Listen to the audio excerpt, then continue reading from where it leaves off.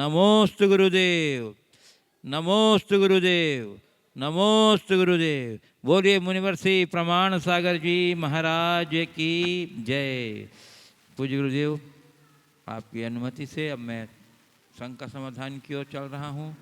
प्रथम प्रश्न गुरुदेव, सूरत से, गुजरात से अशोक गांधी कह रहे हैं गुरुदेव कि गरीबों की मजाक नहीं उड़ाना चाहिए, क्योंकि व्यक्ति को गरीब होने में वक्त नहीं लगता। हमें गरीबों के साथ कैसा व्यवहार करना चाहिए, कृपया मार्गदर्शन दीजिए। बिल्कुल सही बात है, गरीबों की मजाक नहीं उड़ानी चाहिए क्योंकि गरीब होने में वक्त नहीं लगता। आपने पूछा है हमें गरीबों के साथ कैसा व्यवहार करना चाहिए।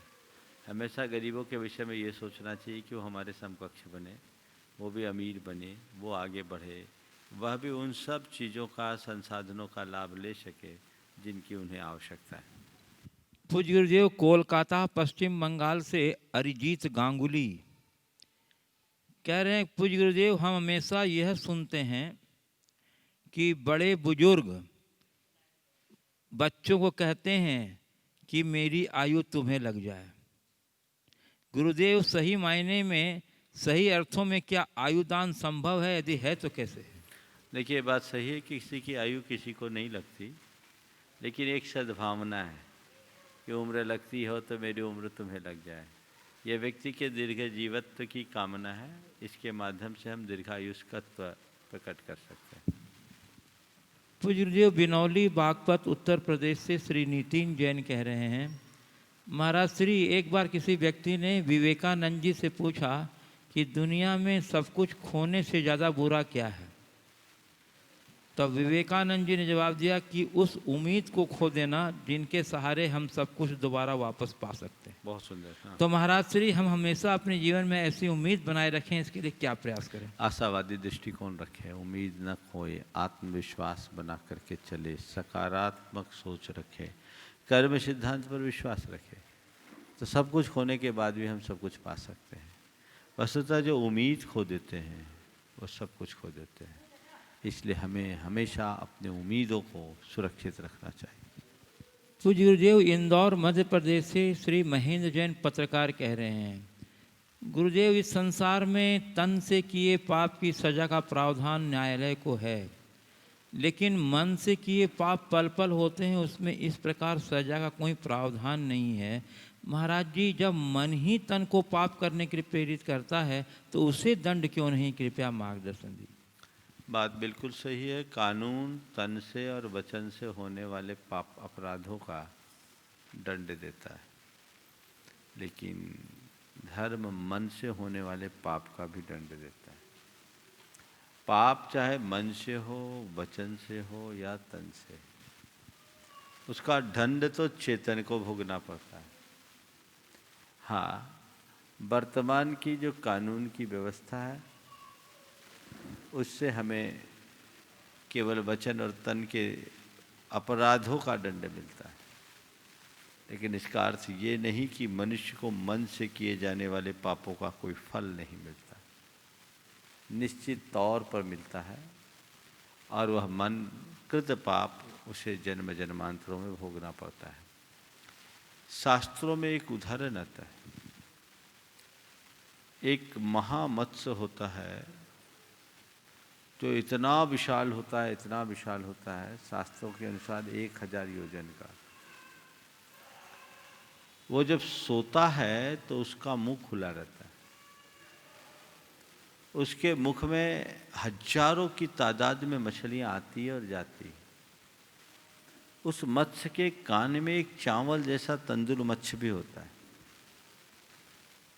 वो इन सब चीज़ों को देखकर एक ही बात सोचता है कि एक ऐसा बेवकूफ़ है, सो रहा है, हजारों मछलियां आ रही जा रही है, इसकी जगह मैं होता तो एक को भी जिंदा नहीं छोड़ता। खाया एक भी मछली को नहीं, ताकत ही नहीं, चावल बराबर तो मछली है, तंदुल मत्स्य उसका नाम है, लेकिन खाने के भाव मात्र से वह 7वें नरक जाता है। तो मनकृत पापों का ये फल है, बड़ा भयानक होता है। इसलिए भ्रम में मत रहना कि मनकृत पाप का कोई फल नहीं मिलता। मनकृत पापों का हमें बड़ा फल मिलता है और हमें उसका ध्यान रखना चाहिए। पूज्य गुरुदेव, गया बिहार से साक्षी जैन कह रही हैं, गुरुदेव मुझे शांत रहना है, मुझे शांत रहना है। ये कमांड मैं आईना के सामने 108 बार 3 महीने से लगातार कर रही हूँ और इससे मेरा गुस्सा भी कुछ शांत हुआ है। महाराज जी, मैं ऐसा कब तक करूँ और ये ऐसा करना उचित है या नहीं? बहुत अच्छा कर रही हैं। आईना के सामने आप मुझे शांत रहना है, मुझे शांत रहना है, मुझे शांत रहना है, और उसके साथ एक चीज़ और जोड़ दीजिए। उस समय अपनी छवि को एकदम शांत सा अनुभव कीजिए। मुझे शांत रहना है। तो उस समय आपको आपकी अपनी शांत छवि दिखे, और ऐसा करने से धीरे धीरे धीरे धीरे आपका क्रोध शांत हो जाएगा। आपने पूछा है 3 महीने से करते आ रही हूँ, कब तक करूँ? जब तक आपका गुस्सा पूरी तरह शांत ना हो तब तक करें। पूज्य गुरुदेव, इंदौर मध्य प्रदेश से श्रीमती प्रियंका जैन कह रही हैं, गुरुदेव पाप और पुण्य के मध्य हमारे अच्छे व बुरे कार्य निमित्त हैं, लेकिन हम कभी अच्छे कार्य करने के लिए पुरुषार्थ करते हैं और अनजाने में ही बुरे कार्य हो जाते हैं, तो उस स्थिति में पाप की तीव्रता और पुण्य की मंदता कितनी होगी? कृपया मार्गदर्शन। देखिए, पुण्य और पाप के जो भी कर्म है हमारी क्रियाओं पर तो निर्भर है ही, पर उससे भी ज़्यादा क्रियाओं के साथ जुड़ी हुई भावनाओं पर निर्भर है। हम कोई भी कर्म किस प्रकार की भावना से करते हैं, उससे बंधने वाला पुण्य पाप उस पर निर्भर करता है। यदि कोई व्यक्ति अनमने भाव से पुण्य का कर्म करता है तो उस समय बंधने वाला पुण्य बहुत ढीला होता है। जितना उत्साहपूर्वक पुण्य का कर्म करेगा उससे बंधने वाला पुण्य उतना प्रगाढ़ होगा। इसी तरह पाप जितनी रुचिपूर्वक करेंगे पाप का बंधन उतना प्रगाढ़ होता है, और पाप जितने अनमने भाव से करेंगे पाप उतना कमजोर होगा। पूज्य गुरुदेव, पुरानी बस्ती कटनी मध्य प्रदेश से शुभा अमित जैन कह रहे हैं, गुरुदेव बैर होने का प्रभाव 10 भवों तक चलता है, तो गुरुदेव यदि हम सामने वाले से समझौता करने जाएं और वो हठपूर्वक नहीं करता है तो दोष उसे लगेगा या हमें भी लगेगा, और ऐसे स्थिति में भी क्या 10 भाव तक चलेगा? आपने पूछा है कि यदि हम किसी के प्रति बैर हो और समझौता करने का प्रयास करें और उसके बाद वो समझौता को राजी ना हो तो इसका दोष हमें लगेगा या उसे लगेगा? देखिए, पहली कोशिश तो किसी से बैर बंधे ना, और यदि कदाचित बैर हो गया तो उस बैर को जितनी जल्दी संभव हो ख़त्म करने की कोशिश करनी चाहिए। समझौते का प्रयास जरूर करना चाहिए। ऐसा हो सकता है कि आप किसी से समझौता करना चाहें भी तो सामने वाला समझौता करने को राजी ना हो,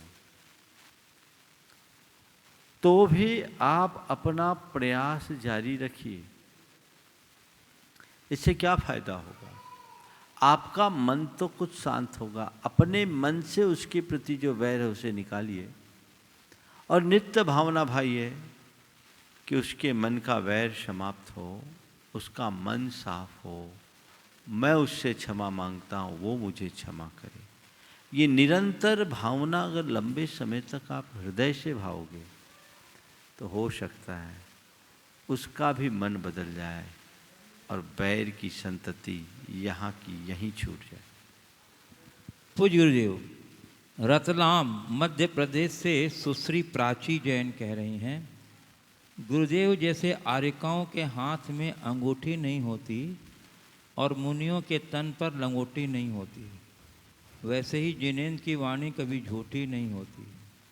माँ जिनवाणी दुखहारिणी पाप निवारिणी है। जिनवाणी में जो भी जैसे भी वर्णित तत्व हैं वह त्रैकालिक सत्य हैं, क्योंकि वह जिनेन्द्र की वाणी है। तो महाराज जी, ऐसी जिनवाणी के पठन पाठन से हमारा चपल मन कैसे लगाएं लगन कि हम मोक्ष प्राप्ति के छपक श्रेणी में आगे बढ़ सकें। सीधे सीधे भी पूछा जा सकता था, बड़ा विस्तार कर दिया, इतना श्रृंगार करने की जरूरत नहीं। जिनवाणी के अध्ययन में हम अपना मन कैसे लगाएं? देखिए, सबसे पहली आवश्यकता है शास्त्र के प्रति अपनी रुचि को बढ़ाने की। अगर आपकी रुचि प्रगाढ़ होगी तो आप जिनवाणी का सच्चा लाभ ले पाएंगे, अन्यथा नहीं। पूज्य गुरुदेव, सागर से श्री पीयूष जैन कह रहे हैं, अपने घर के बुजुर्गों की आंख कभी भीगने मत देना, क्योंकि जिस घर की छत से पानी टपकता है उस घर की दीवारें भी कमज़ोर हो जाती हैं। तो महाराज जी, हम ऐसा क्या करें कि घर के बड़े बुजुर्गों को खुश रख सकें? देखिए, घर के बड़े बुजुर्गों के आंख से पानी ना आने दें, क्योंकि घर से के छत से जब पानी चूता है तो दीवारें भी कमज़ोर होती। बहुत अच्छी बात कही गई है। आपने पूछा है कि ऐसा हम क्या करें कि बुजुर्गों की आंखें न भीगने दें, तो मैं तो ये कहूँगा, माँ बाप की आंखें 2 ही बार गीली होती है। माँ बाप की आंखें 2 ही बार गीली होती है, एक बेटी की विदाई पर और दूसरा बेटे की बेवफाई पर। बेटी की विदाई में तो एक सकून भरा संतोष होता है कर्तव्य की पूर्ति का, लेकिन बेटे की बेवफाई में उपेक्षा का दंश होता है। इसलिए अगर चाहते हो कि माँ बाप की आंखें तुम्हारे प्रति सदैव प्रसन्नता से भरी रहे, तो जीवन में भूल कर कभी उनसे बेवफाई मत करो। पूज्य गुरुदेव, दुर्ग छत्तीसगढ़ से श्री वीके जैन इंजीनियर कह रहे हैं कि गुरुदेव, आत्मज्ञान के लिए अंतर्मुखी व्यक्तित्व होना आवश्यक है। तो गुरुदेव, अंतर्मुखी व्यक्तित्व के लिए हमें क्या करना चाहिए? देखिए, अंतर्मुखता का अर्थ समझिए। अंतर्मुखी होने का मतलब क्या है? अंतर्मुखी होने का मतलब है अपनी इंद्रिय चेतना की धरातल से ऊपर उठकर आत्मा के स्तर पर जीना, विषयों से अपनी दृष्टि को मोड़कर अंतर दृष्टि जगाना। क्या गड़बड़ है? जयपुर राजस्थान से सुश्री साक्षी सोनी कह रही हैं, ओम बोलो। गुरुदेव, मेरा प्रश्न यह है कि हमको मोक्ष जाने के लिए पाप और पुण्य कर्म दोनों को काटना आवश्यक है, जबकि हमको पाप कर्म को काटने के लिए तो बहुत पुरुषार्थ करना पड़ता है, नाना प्रकार का धर्म, ध्यान, जप, तप, साधना आदि करना पड़ता है। किंतु पुण्य कर्म को काटने के लिए हमें किसी प्रकार का पुरुषार्थ आदि नहीं करना पड़ता, वह स्वतः ही कट जाता है। ऐसा क्यों? कृपया समाधान करेंगे। बात सही है। क्यों? ओम, प्रश्न ही नहीं गया आपका। बोलो विमल जी फिर से। देखो, अब बोलिए फिर से। हाँ। पूज्य गुरुदेव, जयपुर राजस्थान से सुश्री साक्षी सोनी कह रही हैं, गुरुदेव, मेरा प्रश्न यह है कि हमको मोक्ष जाने के लिए पाप और पुण्य कर्म दोनों को काटना आवश्यक है, जबकि हमको पाप कर्म को काटने के लिए तो बहुत पुरुषार्थ करना पड़ता है, नाना प्रकार का धर्म, ध्यान, जप, तप, साधना आदि करना पड़ता है। किंतु पुण्य कर्म को काटने के लिए हमें किसी भी प्रकार का पुरुषार्थ आदि नहीं करना पड़ता है, वह स्वतः ही कट जाता है। तो ऐसा क्यों गुरु? देखो, ऐसा है, कहीं कोई उपद्रवी तत्व घुस जाए, उनको नियंत्रित करने के लिए, उनको भगाने के लिए क्या करना पड़ता है? आप लोग क्या करते हैं? कंट्रोल रूम में फ़ोन करके पुलिस को बुलाते हैं, और पुलिस आती है उन्हें खदेड़ करके भगा देती है। उनको भगाने के लिए पुलिस को बुलाना पड़ता है, पर पुलिस को भगाने के लिए कभी कहना पड़ता है कि भैया आप जाओ, आपका काम हो गया। पुलिस तो अपना काम करती खुद ही खिसक जाती है। तो पाप अपराधी है और पुण्य पुलिस है। अपराधी को खदेड़ने के लिए पुण्य पुलिस का काम करती है, अपना काम करके अपने आप चले जाती है। शांति बहाल होते ही धीरे से पुण्य अपना प्रस्थान कर लेता है, फिर वहाँ ज़्यादा कुछ कहने और करने की आवश्यकता नहीं होती। इसलिए पुण्य की निर्जरा करनी नहीं पड़ती, पुण्य की निर्जरा होती है। एक विशेष बात ध्यान रखने की है कि पुण्य का घात करने के लिए संक्लेश चाहिए, और संक्लेश करोगे तो पाप का बंध होगा। ऐसा कौन समझदार होगा जो पुण्य का आघात करने के लिए पाप का बंध करे? इसलिए वो अपने आप चला जाता है, उसके लिए अतिरिक्त प्रयत्न की जरूरत नहीं पड़ती। पूज्य गुरुदेव, किशनगंज बिहार से रिद्धि जैन कह रही हैं, गुरुदेव जब आपने आचार्य श्री को आहार दिया था और रात्रि भोजन का नियम लेने की बात आई तो आपने कहा था खाना तो जिंदगी भर और छोड़ना तो जिंदगी भर। इस वाक्य पर श्रद्धा करते हुए आपको याद किया और आचार्य श्री को याद करते हुए मैंने और मेरे भाई ने आजीवन रात्रि में अनाज का त्याग कर दिया, घर वालों से बिना पूछे। गुरुदेव हमें आशीर्वाद दें कि हम दोनों ये नियम जीवन के अंत तक यूं ही निभाते रहें और धीरे धीरे और भी प्रकार के आहार का त्याग कर सकें। गुरुदेव मेरी जिज्ञासा यह है कि जब हम ऐसे नियम लेते हैं जो जी जैन होने की पहचान है, इस पर भी घर वाले क्यों इतना रोक लगाने का प्रयास करते हैं? क्या जैन होने के लिए भी परमिशन लेना जरूरी है? क्या ये वाक्य का दिमाग में आना भी आउट ऑफ सजेशन कहलाएगा? देखिए बात ऐसी है, कुछ लोग होते हैं जिनमें बड़ी दुर्बलता होती है। लोग ये तो चाहते हैं कि धर्म करे पर उतना ही करे जितना है।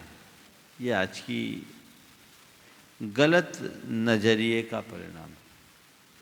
जो सच्चे अर्थों में धर्म को समझने वाले हैं वे कभी भी ऐसा नहीं कहेंगे। वो कहेंगे कि नहीं, हमारा जो धर्म का कायदा है वो तो हमें पालना ही है, अपनी पहचान हमें खोना नहीं। आज अगर वो आपको रोक रहे हैं तो वो उनकी नादानी का प्रतिफल है, नादानी बस वैसा कर रहे हैं। जब उनको समझ आएगी तो अपने आप कर लेंगे। हमें क्या करना चाहिए? चूंकि आप वयस्क हो, ऐसे लोगों की बातों पर बहस नहीं करना चाहिए। ऐसी बातों को सुनकर विनम्रता से टाल देना चाहिए। ज़्यादा कहे तो उनसे केवल इतना कह दीजिए कि ये मेरा व्यक्तिगत सवाल है, मेरी व्यक्तिगत रुचि है, मुझे जो करना है मुझे करने दीजिए, आपको जो करना है सो आप कीजिए। मैं कोई गलत तो नहीं कर रहा हूँ ना, मैं अपना जो कर रहा हूँ मुझे करना और अपने रास्ते पर इसी हिसाब से बढ़ते जाइए। पूज्य गुरुदेव, यूएसए कैलिफोर्निया से श्रीमती स्वर्ण प्रभा जैन कह रही हैं, हम भारतीय उच्च शिक्षा एवं तकनीकी ज्ञान के लिए विदेश जाते हैं और कदाचित अपनी सुविधा एवं विकास की संभावनाओं को ध्यान में रखकर हम यदि वहीं बस जाते हैं तो प्रतिभा पलायन कहकर कृतज्ञता की तुला पर क्यों तौलते हैं, जबकि हम वहाँ रहकर अपनी बचत विदेशी मुद्रा के रूप में देश में भेजकर देश की विदेशी मुद्रा भंडार को बढ़ाने में सहयोग देकर एक प्रकार से देश हित का ही काम कर रहे हैं। देखिए इसमें दो दृष्टियाँ। एक दृष्टि तो यह है कि हम अपने धर्म और संस्कृति का बढ़ावा करना चाहें, और आपने तीसरा पक्ष जोड़ा, विदेशी मुद्रा कोष को बढ़ाने में सहभागी बने, तो बाहर जाकर आप ऐसा कर सकते हैं। मेरी राय में वो गलत नहीं है। बल्कि एक दृष्टि तो ऐसी ही है कि ऐसे लोगों को देश देशांतरों में बसना चाहिए ताकि वहाँ हमारा और हमारे धर्म का, हमारी संस्कृति का, हमारे देश का प्रभाव बढ़े। एक दृष्टिकोण है, लेकिन एक दूसरा दृष्टिकोण है, ऐसे लोग जिनसे हमारा राष्ट्रीय हित जुड़ा हुआ है, सीधा सीधा, जिनकी आज देश को प्रबल आवश्यकता है, वे लोग अपने व्यक्तिगत लाभ को महत्व देते हुए देश छोड़कर बाहर जाते हैं, तो समझना वे अपनी मातृभूमि का ऋण चुकाने से विमुख हो रहे हैं। दूसरी बात, बाहर जाने के बाद उन पर बाहर का रंग न चढ़े। वहाँ जाने के उपरांत भी आने वाली पीढ़ियों तक उनकी निष्ठा बनी रहे धर्म के प्रति, संस्कृति के प्रति, तब तो ठीक है। वहाँ जाकर यदि वे अपनी निष्ठा को खोते हैं तो बहुत भयानक होती है। इसलिए जो कोई लोग अगर ऐसा कहते हैं तो शायद उसी आशंका से कहते हैं, पर मेरी राय में देश विदेश में जाना बुरा नहीं है। मेरे संपर्क में ऐसे सैकड़ों युवक युवतियां हैं जो आज अमेरिका और यूरोप में हैं और वो यहाँ से अच्छे जैनी हैं, विशुद्ध जैनी हैं, उनमें धर्म पल रहा है, वे बड़ी संस्कृति निष्ठ हैं, वे सब के सब संस्कारवान हैं। हमें ऐसे लोगों से प्रेरणा लेनी चाहिए और उन्हें हमेशा प्रोत्साहित करना चाहिए। पूज्य गुरुदेव, कटनी मध्य प्रदेश से श्री पंचम जैन कह रहे हैं। 3 ऑप्शन इन्होंने दिए, 4 ऑप्शन दिए हैं गुरुदेव। उपस्थित है क्या? पंचम जैन है बस? नहीं, चलो। इनका पहला ऑप्शन ये है गुरु कि आपका नामचीन भक्त या दानदाता। दूसरा है आपके पास बैठा भक्त। तीसरा है टीवी में दर्शन करता भक्त। और चौथा है आपके सामने दर्शन करता भक्त जिस पर आपकी नज़र नहीं पड़ी। तो गुरुदेव, चारों को आपके आशीर्वाद का कितना कितना परसेंट मिले? दूसरा क्या बोला? आपके पास बैठा हुआ। आप नहीं, तो लास्ट में बोला ना। नहीं, आपके पास बैठा भक्त। तीसरा टीवी पर दर्शन करता। और चौथा आपके सामने दर्शन करता भक्त जिस पर आपकी नज़र नहीं पड़ी। मैं तो ये बोलता हूँ, जो भक्त है ना, वो अगर भक्त है, विभक्त नहीं हुआ है, तो सब पर बराबर दृष्टि है। व्यक्ति को भक्त बनना चाहिए। जहाँ तक सवाल नामचीन और दानदाता का है, निश्चित उसका बड़ा योगदान होता है और उससे लोगों को प्रेरणा मिलती है, इसलिए उनका अपना स्थान होता है। पर एक बात ध्यान रखना, गुरुओं के लिए किसी व्यक्ति को स्थान, गुरुओं के हृदय में किसी व्यक्ति का स्थान केवल उसकी प्रतिष्ठा और दानशीलता से नहीं बनती। गुरुओं के हृदय में व्यक्ति का स्थान उसकी श्रद्धा और समर्पण से बनता है। कौन कितना नामचीन है और कितना बड़ा दानदाता है, ये बात उतनी अर्थपूर्ण नहीं है। अर्थपूर्ण ये है कि कौन कितना समर्पित है, कौन कितना श्रद्धावान है, कौन कितना निष्ठावान। तो वो हमारा प्रत्यक्ष बैठा हुआ भी हो सकता है, प्रत्यक्ष बैठने पर उसके प्रति हमारी दृष्टि न जाए, ऐसा भी हो सकता है। और ऐसा भी हो सकता है जो कभी प्रत्यक्ष आया नहीं, टीवी पर ही बैठ के दर्शन कर रहा है, पर वो एकलव्य की भांति अपनी निष्ठा के बल पर अपने जीवन में आमूलचूल परिवर्तन कर रहा हो। तो जो जितना निष्ठावान है, उसके जीवन में गुरु कृपा उतनी प्रबलता से बरसती है। तो हमें चाहिए हम अपनी निष्ठा को गहरी बनाएं, मजबूत बनाएं। गुरुदेव, गुना मध्य प्रदेश से सविता जैन, सहायक जिला लोक अभियोजन अधिकारी गुना मध्य प्रदेश, कह रहे हैं गुरुदेव कि प्रशासनिक कार्य के दौरान अनेक प्रकार के तनाव अनायास आते हैं। कई बार कार्य की अधिकता, कई बार अनेक प्रकार की झंझटों का सामना करना पड़ता है। तनाव से अशांति आती है और मन में बातें चलती रहती है। तो गुरुदेव ऐसा क्या किया जाए कि ऑफिस के तनाव घर में ना आ सके एवं जीवन प्रसन्नता के साथ व्यतीत हो? देखिए, ऑफिस के तनाव घर में ना आ सके और जीवन प्रसन्नता से बन सके तो एक संकल्प लो। ऑफिस को घर में मत आने दो और घर को ऑफिस मत ले जाओ।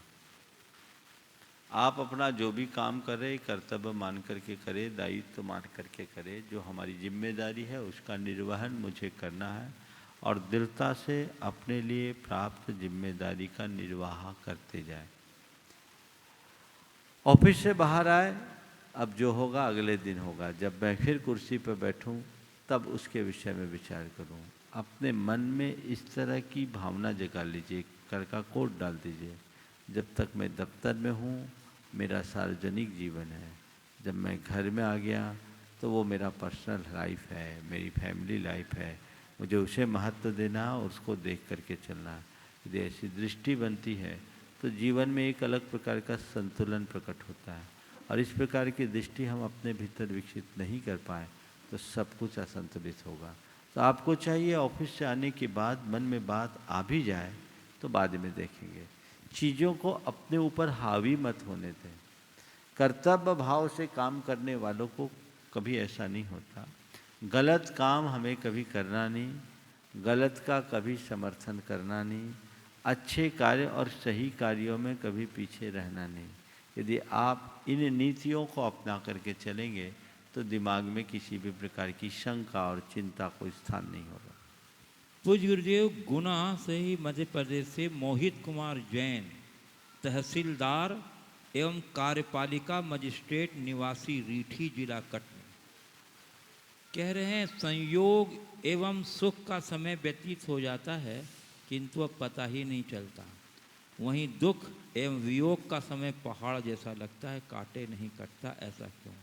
विपरीत समय में आर्त रौद परिणाम और बिगड़ते हैं, चिंतन की दिशा भी बहुत नकारात्मक हो जाती है। ऐसे समय में मनुष्य कैसे अपने भावों में साम्य भाव रखे ताकि कर्मों की निर्जरा हो सके एवं परिणाम भी सकारात्मक हो सके? तहसीलदार साहब ने जिस तरह का सवाल किया उसको देखकर लगता है कि उनने स्वाध्याय किया है। आर्त रौद और कर्म निद्रा जैसे पारिभाषिक शब्दों का प्रयोग आपने किया है, तो आप स्वाध्याय करते हैं, ये बड़ी प्रसन्नता का विषय है। और मैं ये कहूँगा कि जो स्वाध्याय करते हैं उसे आत्मसात करने की कोशिश कीजिए, हमेशा प्रसन्नता बनी रहेगी। सुख और संयोग हमें बड़े अनुकूल लगते हैं और उसमें बीतने वाला समय कब बीत जाता है पता नहीं लगता, लेकिन दुख और वियोग के क्षण बड़े भारी पड़ते हैं, बहुत लंबे लगते हैं। आपने लिखा है पहाड़ जैसा लगता है। क्यों? केवल इसलिए कि सुख और संयोग को हम स्वीकार करते हैं, दुख और वियोग को हमारा मन स्वीकारने को राजी नहीं होता। एक काम कर लीजिए, जैसे सुख को स्वीकार किया वैसे ही दुख को भी स्वीकार करना शुरू कर दो। जिस दिन आप दुख को स्वीकार करना शुरू कर दोगे आपके लिए दुख भी हल्का होने लगेगा। दुख हो वियोग हो, कर्म का परिणाम मानकर इसे जीवन में उपलब्ध एक संयोग माने और ये सोचे कि ये बदलने वाली चीज़ें हैं, सब बदलेगी। अगर इतनी सी दृष्टि आपके मन मस्तिष्क में प्रकट हो जाए तो कैसा भी दुख होगा टल जाएगा। और इसके लिए अपनी सोच को सकारात्मक बनाएं, कर्म सिद्धांत पर विचार करें।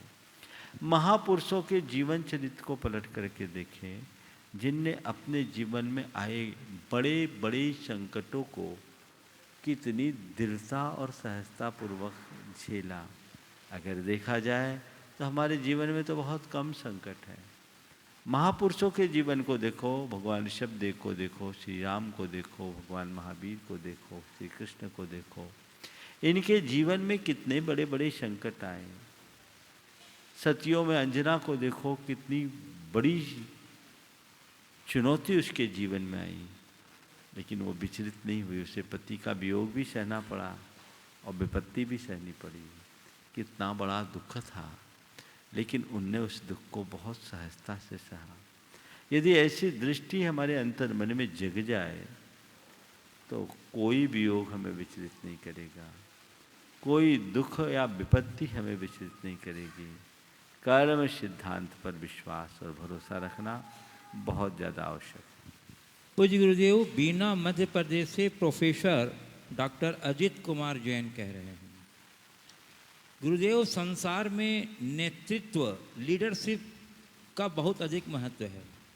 चाहे परिवार हो, देश हो, चाहे कोई भी संस्था हो, जैसा नेतृत्व यानी लीडरशिप होगी, देश विकास की दशा, देशी विकास की दशा, देश की विकास की दशा भी वैसी ही होगी। महाराज श्री, एक लीडरशिप में क्या क्या गुण और लक्षणों का होना आवश्यक है, कृपया समझें। देखिए, लीडरशिप यानी नायक। गुरुदेव ने 2 पंक्तियों में बहुत अच्छी समीक्षा की। लायक बन, नायक नहीं। लायक बन, नायक नहीं, करना हो कुछ काम। शब्दों को देखिएगा। लायक बन, नायक नहीं, करना हो कुछ काम। गायक बन, गायक नहीं, पाना हो शिवधाम। लीडरशिप की बात। आजकल लोग नेता बनना चाहते हैं, लेकिन अपने भीतर की जैसी योग्यता है वैसा नहीं लग पाता। एक अच्छे नेता के 4 विशेष गुण मैं आपको बताऊं। सबसे पहली बात, वो आत्मविश्वासी हो। दूसरी बात, सकारात्मक सोचता हो। तीसरी बात, टीम भावना लेकर के चलता हो। और चौथी बात, औरों को क्रेडिट देने में कुशल हो, औरों को श्रेय दे। क्रेडिट उसे मिल रही है पर वो अपना सारा श्रेय नीचे वालों को देने लगे। तो आत्मविश्वास रखे, सकारात्मक सोचे, टीम भावना बना के रखे। और कुछ भी हुआ है तो पूरा अपने ऊपर क्रेडिट न ले, क्रेडिट उसे मिले, पर वो कहे ये तो मेरे पीछे के लोगों का है, मेरी पूरी ताकत तो मेरे पीछे है, मेरा चेहरा मेरे सामने है, आप सबके सामने है, पर ताकत मेरी पीछे है जो आप देख नहीं पा रहे हैं। यदि ये ताकत मेरे कार्यकर्ताओं की, मेरी टीम की ना हो तो मैं कुछ ना कर पाऊँ। अगर ऐसा बोले तो पीछे वालों को भी बड़ा अच्छा लगता है। तो ये बातें जीवन में अपनाने की आवश्यकता है। ऐसा अपनाएंगे तो निश्चित एक अच्छे नेता के रूप में, एक अच्छे नायक के रूप में हम अपनी छवि बना पाएंगे। पूज्य गुरुदेव, चिरमिरी छत्तीसगढ़ से आन्या जैन कह रही हैं कि अहंकारी व्यक्ति के साथ किस तरह का व्यवहार करना चाहिए। अहंकारी व्यक्ति के साथ किस तरह का व्यवहार करना चाहिए? मैं तो कहता हूँ जो अहंकारी है उनके सामने हमें सुरक्षित दूरी बना करके चलना चाहिए। न तो उनके अहं को चुनौती देना चाहिए और न ही उनके अहं को पुष्ट करना चाहिए। अहम को चुनौती देना भी उसको छेड़ना है और अहम को पुष्ट करना भी एक प्रकार की चाटुकारिता है। काम से काम, मतलब से मतलब, सुरक्षित दूरी बना करके चलें, उनसे ज़्यादा उलझने का कोई प्रयास न करें। बंधुओं, अंतर्राष्ट्रीय योग दिवस के पावन अवसर पर गुरुदेव के आशीर्वाद से पूरे देश में 21 दिवसीय ऑनलाइन भावना योग प्रशिक्षण का कार्यक्रम प्रारंभ हुआ, जिसमें 1500 से अधिक प्रतिभागियों ने भाग लिया और प्रशिक्षकों ने बहुत ही वैज्ञानिक ढंग से और बहुत आकर्षक ढंग से लोगों को ऑनलाइन शिक्षा प्रदान की, जिससे पूरे देश के प्रशिक्षित जो प्रतिभागी हैं बड़े प्रभावित हैं। गुरुदेव इस में जो मुख्य प्रशिक्षक के रूप में और संचालक के रूप में जिन्होंने अपना भाग दिया, उसमें डॉक्टर SK पाटोदी अजमेर राजस्थान, राजेश पूनम जैन पुणे महाराष्ट्र, मुकेश कीर्ति जैन दिल्ली हमारे गुणायतन ट्रस्टी हैं, डॉक्टर सरोज कोठारी इंदौर और श्री जितेश जैन, नमन दोषी। इन लोगों ने अपना, हाँ, और उसके साथ सहर्ष हिना चोराडिया मुंबई, चरोड़िया, यहाँ लिखा चरोड़िया, और प्रवीण जैन पुणे, श्रीमती खुशबू जैन नई दिल्ली, निशांत जैन मुंबई मलाड, श्रीमती वैशाली पाटनी से रामपुर महाराष्ट्र, समीक्षा जैन बेंगलोर, आरती जैन दिल्ली, प्रमाणिक समूह के अंकित जैन, सचिन जैन, और गुरुदेव यूएस, सिंगापुर, इंडोनेशिया से भी लोग थे, और जिसमें 2 कोरोना के मरीज भी थे जिन्होंने वर्कशॉप ज्वाइन किया है। गुरुदेव इसमें 2 ग्रुप थे, जिसमें 167 प्रतिभागियों ने 90 दिन तो बच्चों का, हाँ ठीक है जी। देखिए गुरुदेव इसमें करीब 1500 हुए और आज इसका समापन है, तो कल समापन है। तो गुरुदेव मैं चाहता हूँ कि हमारे सभी प्रशिक्षकों को और प्रतिभागियों को आपका आशीर्वाद और मार्गदर्शन मिले, ताकि भविष्य में और भी प्रभावी तरीके से इस प्रकार के कार्यक्रम का आयोजन हो सके।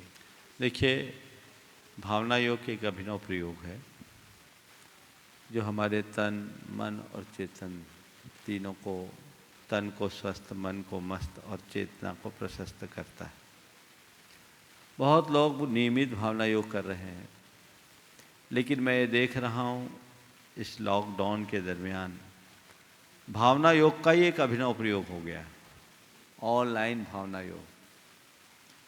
जिन प्रशिक्षकों का नाम अभी लिया गया, डॉक्टर एस के पाटोदी, मुकेश कीर्ति, राजेश पूनम और डॉक्टर कोठारी दोची, में नाम मुझे सबका याद नहीं, जिनका नाम अभी विमल जी ने कहा, ये लोग बड़ी रुचिपूर्वक पिछले अनेक माहों से, जिसमें दिल्ली वाले तो लगभग 2 साल से कई वर्कशॉप निरंतर ले रहे थे। लेकिन अब लॉकडाउन के कारण तो सारी गतिविधियां बंद हो गई। इन लोगों ने ऑनलाइन वर्कशॉप किया। सारी ये टीम बड़ी समर्पित टीम है प्रशिक्षकों की।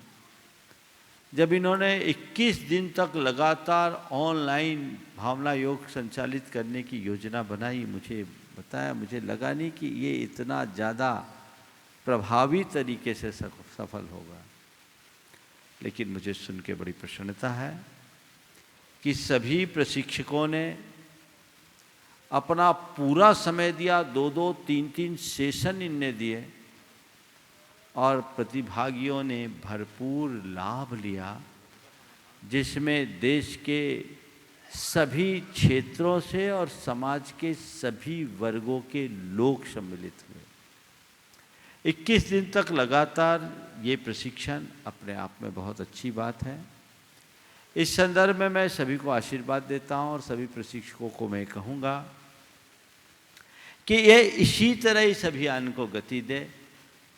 भावना योग को जन जन के साथ जोड़ने का प्रयास करें और लोगों को भी प्रशिक्षक के रूप में तैयार करें। ये 21 दिन का एक कार्यक्रम हो गया, इसे यहीं विराम न दें। अगली संभावनाओं को देखते देखते इसे आगे बढ़ाएं और जो अपनी योजना है इसे विश्वव्यापी बनाने की उस दिशा में प्रयास करें। इन लोगों के लिए मेरा यही आशीर्वाद। जो प्रतिभागी है उनसे मैं ये कहूँगा कि कम से कम 3 महीने तो निरंतर रखें, इसे बंद न करें। 21 दिन हो गया, आपको उसमें बहुत अनुभव भी हुआ होगा, एक्सपीरियंस भी हुआ होगा। मुझे बताया गया कि 2 कोरोना के पेशेंट थे, उनको बड़ा सकारात्मक लाभ हुआ। उनने पूरे दिनों क्वारंटाइन रहते रहते घर में ऑनलाइन उनने भावना योग किया है। तो एक बहुत अच्छा प्रयोग है। तो ये नियमित करे, कम से कम 3 महीने तो इसको करे ही, और इसमें जो उनका अपना अनुभव है लोगों को शेयर करे। मुझे मालूम पड़ा है बहुत सारे लोगों ने अपने अपने अनुभव इसमें प्रकट किए हैं, वो अभी मेरे पास तक आया नहीं, लेकिन अपने अनुभवों को लोगों से साझा करना चाहिए। हर प्रशिक्षार्थी प्रतिदिन एक व्यक्ति को भावना योग के विषय में बोलने का सोचे। आप लोगों से भी मैं कह रहा हूँ, जो लोग भावना योग करते हैं, भावना योग से परिचित हैं, उन्हें चाहिए कि भावना योग को विस्तार दे, लोगों को अधिक से अधिक जोड़े, ताकि लोग इससे पूरी तरह लाभान्वित हों। आप ये प्रयास करेंगे तो बहुत अच्छा होगा। और इसमें जिन्होंने भावना योग का अच्छा अभ्यास कर लिया है, वे चाहते हैं कि और लोगों तक ये जाए, तो वे इसे जोड़े, प्रशिक्षक बनने के लिए भी आगे आए। जिन्होंने प्रशिक्षण दिया उनसे संपर्क करके इस कार्य को आगे बढ़ाएं। मुझे बड़ी प्रसन्नता है कि कल बच्चों का एक भावना योग का सेशन कराया गया और मुझे अभी मालूम पड़ा कि उसमें कटनी पाठशाला के 10 बच्चे थे ऑनलाइन। ये बहुत अच्छी बात है। और लगभग 167 बच्चे, ये बच्चों के लिए एकदम आनंद फानन की तैयारी में एक दिन का प्रशिक्षण था। एक दिन का ही था ना, 2 दिन और बढ़ा दिया, तो ये 3 दिन का प्रशिक्षण है जो लोग समय दे रहे हैं, बहुत अच्छा है। सभी को हमारा आशीर्वाद। प्रामाणिक समूह के बीच में बड़ी भूमिका रही भावना योग से। हाँ, तो भावना योग से सब जुड़ रहे हैं, हमें जोड़ना है। इसे जैनों तक सीमित न करें, हमें इन्हें जन जन तक पहुंचाना है। और अभी के समय में तो इसकी महती आवश्यकता है। समय समय पर यहाँ से भी लाइव कार्यक्रम में भावना योग होता रहेगा, आप लोग लाभ लेते रहें। लेकिन जो प्रक्रिया है, जितने प्रशिक्षक गण हैं वे बहुत अच्छे से इसे करा रहे हैं। और भी जो लोग प्रशिक्षक बनना चाहते हैं वे संपर्क करें। और जो नियमित भावना योग का प्रयोग करते आ रहे हैं वे अपने अनुभवों से लोगों को लाभान्वित करें। पूरी टीम के लिए मेरा यही आशीर्वाद। पूज्य गुरुदेव, भागलपुर बिहार से प्रोफेसर डॉक्टर वासुदेव पाठक कह रहे हैं, गुरुजी मैं आपका शंका समाधान एवं प्रवचन का नियमित श्रोता हूँ। कभी कभी भावना योग भी कर लेता हूँ। गुरुदेव, मेरी जिज्ञासा है कि कुछ लोग भावना योग को अपने शारीरिक एवं पारिवारिक समस्याओं के समाधान से जोड़कर लाभ लेना चाहते हैं। यह कहाँ तक उचित है? मेरी अवधारणा है कि भावना योग का संबंध मुख्यतः मन से एवं चैतन्य परिणामों से है। जब मन एवं चेतना परिष्कृत हो जाते हैं तो शेष समस्याओं का समाधान तो स्वतः हो जाएगा, क्योंकि वे समस्याएं विकृत मन एवं चेतना का ही साइड इफेक्ट है। कृपया समाधान करें। देखिए, जब लोग समस्या से घिरे होते हैं तो जो समस्या सबसे गहरी होती है सबसे पहले उसका ही निदान करते हैं। और प्रायः जब तक लोग बीमार नहीं पड़ते तब तक डॉक्टर के यहाँ जाने की कोशिश नहीं करते। तो ये एक सामाजिक व्यवस्थाएं बन गई है। बीमारी होती है तो डॉक्टर के पास जाते हैं। लेकिन ये बात सही है कि भावना योग का मूल उद्देश्य मन का निर्मलीकरण है, चेतना का विशुद्धिकरण। हम मन को निर्मल बनाए, चेतना को शुद्ध बनाए, ये प्रयास हमको करना चाहिए। लेकिन ये बात सही है कि हमारी सोच बदले, हमारी चिंतन धारा बदले तो हमारी जो नकारात्मकता है वो दूर होगी, हमारी समस्याओं का हमें समाधान मिलेगा और हम इन सब से मुक्त होंगे। जहाँ तक शारीरिक बीमारियों का सवाल है, ये बात जाहिर हो चुकी है कि हमारी भावनाओं का हमारी अंतःस्रावी ग्रंथियों में बड़ा गहरा संबंध होता है। हमारे नर्वस सिस्टम पर उसका प्रभाव पड़ता है, हमारे शरीर के न्यूरोट्रांसमिशंस उससे परिवर्तित होते हैं। इस विषय में अनेक बार मैंने प्रकाश डाला है।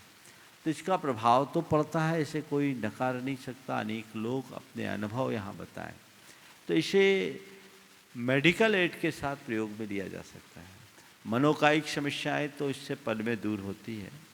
तो यदि अन्य दृष्टि से इसका प्रयोग करते तो कोई बुराई नहीं है, लेकिन विधिपूर्वक करें तभी इसका दूरगामी परिणाम मिलेगा और लोगों को मिल रहा है। हमें अपनी चिकित्सा की दृष्टि से भी इसे करने में कोई हानि नहीं है, पर केवल चिकित्सा के लिए न करें या केवल तन की चिकित्सा के लिए न करें, मन और चेतना की भी चिकित्सा इसके साथ साथ करें तो इसके बेहतर परिणाम आएंगे। पूज्य गुरुदेव, अजमेर राजस्थान से श्री प्रकाश चंद जी पाटनी कह रहे हैं, गुरुदेव मेरे एक अजैन मित्र की जिज्ञासा आज के प्रवचन से है। उनकी जिज्ञासा है, गुरुदेव भारतीय संस्कृति में ईर्ष्या से वशीभूत होकर षड्यंत्र रचे गए जिससे विनाश हुआ। ऐसे कई उदाहरण मिलते हैं, रामायण व महाभारत जैसे ग्रंथ उदाहरण हैं। तो कह रहे हैं गुरुदेव, एक इंसान जब दूसरे इंसान के षड्यंत्र का शिकार होता है बहुत दुखी होता है, और षड्यंत्र रचने वाला व्यक्ति अपनी जीत मान लेता है। ये कैसी प्रवृत्ति है इंसान की। दूसरी बात कह रहे हैं गुरुदेव, जब एक धर्मात्मा दूसरे धर्मात्मा या साधु के प्रभाव से ईर्ष्या रखकर षड्यंत्र रचता है, परिणाम स्वरूप पूरा संप्रदाय व्यथित होता है। गुरुदेव, मेरी जिज्ञासा है, क्या धर्मात्माओं तथा कथित के लिए यह कार्य शोभनीय है? षड्यंत्र में उनके अलावा दूसरे लोग भी होते हैं, तो मेरी शंका यह है गुरुदेव कि ईर्ष्या के वश में रचे गए षड्यंत्र का असली अपराधी कौन? जिसके निर्देशन में योजना बनाई गई वह, या जिनके कारण षड्यंत्र सफल हुआ वह? देखिए, एक पंक्ति में मैं जवाब दूंगा। ईर्ष्या की अग्नि में जो भी हाथ डालेगा वो जलेगा, चाहे वो कोई हो। अगर साधु भी ईर्ष्या जैसी दुर्बलता का शिकार है तो वो भी उसका भागी तो बनेगा ही। सच्चे अर्थों में साधु वही है जिसका मन निर्मल हो। आप लोग बोलते हो मुनि मन सम उज्ज्वल नीर, पानी की तरह मन होना चाहिए। अगर इस तरह के क्षुद्र विकार साधु के मन में आ जाए तो फिर आम आदमी की कल्पना ही क्या है। सच्चे साधु के हृदय में कभी ईर्ष्या भाव पनपता नहीं, क्योंकि वो बड़ा सरल चित्त होता है। उसकी अपनी कोई प्रेस्टीज की बात नहीं होती, उसके अंदर अहंकार नहीं होता, वो सबको साथ लेकर के चलता है। इसलिए इस तरह की क्षुद्र वृत्ति तो साधु के पास आएगी नहीं। और यदि कदाचित ऐसा लगता है कि कोई साधु किसी साधु के लिए कोई षड्यंत्र करे या षड्यंत्र कराने वालों के लिए षड्यंत्र करने वालों को प्रेरणा दे, तो मेरी राय में साधु नहीं असाधु का काम है। और असाधु काम के लिए मैं क्या बोलूं, ये कतई शोभास्पद नहीं है। और एक बात और ध्यान रखने की बात है, कोई पाप अगर छोटा व्यक्ति करता है तो उसका परिणाम छोटा होता है। वही पाप अगर उच्च भूमिका में रहने वाले व्यक्ति करते हैं तो उसका परिणाम बहुत बुरा होता है। षड्यंत्र तो षड्यंत्र है, चाहे कोई करे। जो षड्यंत्र करते हैं वो भव भव में सड़ते हैं। कईयों को इसी भव में उनका परिणाम भुगतना पड़ता है और कुछ लोग भवांतर में परिणाम भोगते हैं, लेकिन भोगना पड़ेगा। पर यदि आप कह रहे कि कोई साधु ऐसा षड्यंत्र करे, मेरी राय में साधु करेगा ही नहीं। और यदि सम्मिलित है तो इससे बड़ा पाप और कुछ नहीं, इससे बड़ा पाप कोई और नहीं। हम ऊपर से साधु बने, भीतर मेरी साधुता तभी प्रकट होगी जब मैं इन सब चीजों से अपने आप को मुक्त करूंगा। इनकी गंध भी नहीं होनी चाहिए।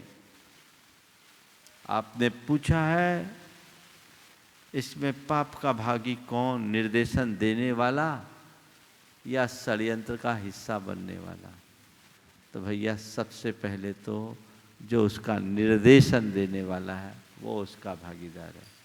कानून भी यही कहता है किसी केस में मास्टर माइंड कौन है, इसका मूल कर्ता कौन है। धर्म क्षेत्र में भी जो मूलतः ऐसे कार्यों में सहभागी बनता है, प्रेरणा देता है, वही होता है।